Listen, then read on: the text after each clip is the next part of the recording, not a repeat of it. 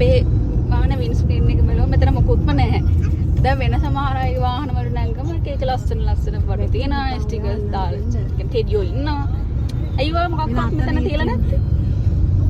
මේවයි සාමාන්‍යයෙන් වාහනේ designer glass එකක් වින් ස්ක්‍රීන් එක ඔච්චර ලොකුවට එවන හේතුවක් තියෙනවා ඩ්‍රයිවර්ට විසිබිලිටි එක හොඳට පේන්න.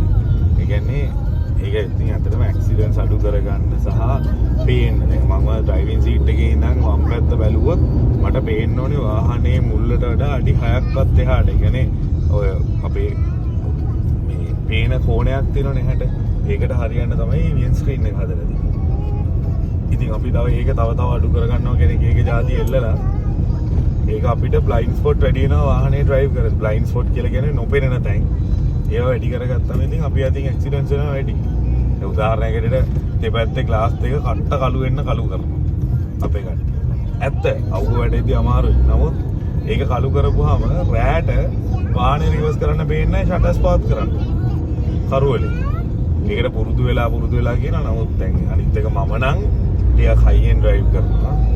වාහනේ ඇල්ට වුණාට ඊට වඩා ස්පීඩ් ඩ්‍රයිව් කරනවා. කියන්නේ එකකට යන්න පුළුවන් ලෙවල් එකේ. එතකොට මට පේන එක එතකොට ඒ දේවල් මට සෑහෙන වටිනවා. වාහනේ හොඳට පේන්න ඕනේ, දුර පේන්න ඕනේ. ඒ දේවල් ඉඳන් තමයි මම මුකුත් තියන්නේ නැති ඉස්සර.